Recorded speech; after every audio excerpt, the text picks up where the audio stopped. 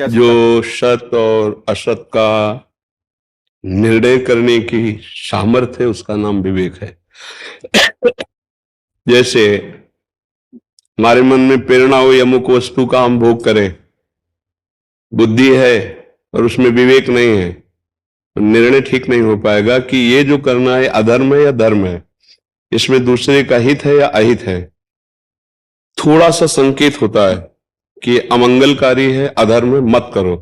अब अगर विवेक है तो उसे रोक लेगा, और विवेक नहीं है तो बुद्धि सलाह देगी इसको इस तरह से ऐसे किया जाए और वो कर बैठेगा।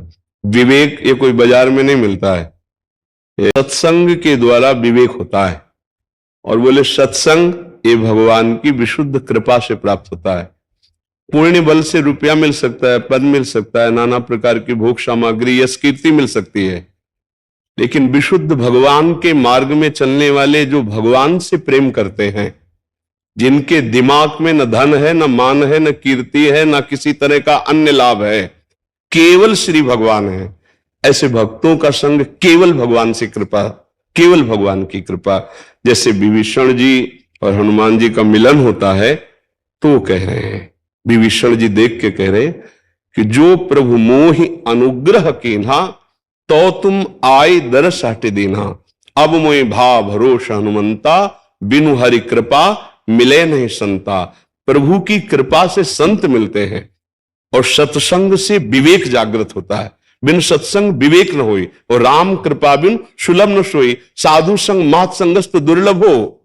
जो भगवत प्रेमी महात्मा, देखो साधुता का नाटक कर लेना ये सरल है, 2 घंटे के लिए कोई साधु का नाटक कर सकता है या पूरे जीवन नाटक कर सकता है, लेकिन साधुता के मार्ग पर चलना ये बहुत कठिन। और ये भगवान जानते हैं कौन कैसे चलता है। तो भगवान जब कृपा करते हैं तो अपने साधु का संग देते हैं, अपने जो भगवान की प्रीति में, जिनके लक्ष्य में पूरे संसार को 3 विभाग में रख दिया गया, एक कंचन, एक कामिनी और एक कीर्ति।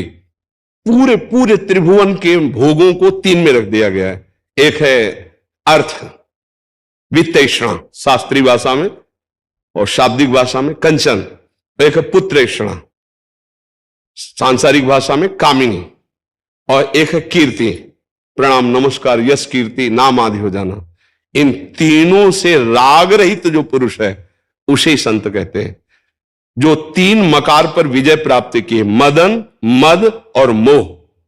मदन काम, मद अहंकार और मोह शारीरिक ममता, इन पर जो विजय प्राप्त करके निरंतर भगवान के चिंतन में डूबा उसे संत कहते हैं। ऐसे संत के संग से विवेक उत्पन्न होता है, और जब विवेक उत्पन्न होता है तो असत मार्ग का वो त्यागी होता है। असत मार्ग उससे कभी भूलकर भी पाप कर्म नहीं बन सकता, क्योंकि उसके अंदर विवेक बैठा हुआ है। विवेक जब जागृत होता है तो लोगों का मंगल करता है, लोगों का कल्याण करता है, वो लोगों का शोषण नहीं करता है। जब स्वसुख वांछा होती है, अविवेक, वो दूसरों के द्वारा कैसे मुझे सुख प्राप्त करे, ये राक्षसी बुद्धि उसकी बढ़ती चली जाती है। और जब विवेक होता है तो मेरे द्वारा दूसरों को कैसे सुख प्राप्त हो, ये निर्णय होना शुरू हो जाता है। वो राष्ट्र प्रिय होता है, वो समाज प्रिय होता है, वो भगवत प्रिय हो जाता है, जिसके अंदर विवेक जागृत होता है। अविवेकी कभी दूसरे का हित नहीं कर सकता। वो अगर मित्रता भी करता है तो कोई स्वार्थ की बुद्धि रख के करता है। विवेकी मित्र जब बनाता है तो उसे मंगल मार्ग में चलाता है। कुपथ निवारी सुपंथ चलावा। तो आज के मित्र अविवेकी हैं। ये जो आज व्यवहार चला है ना मित्रता का, ये मित्रता का नहीं शत्रुता का चला है। कुपंथ निवार सुपंथ चलावा।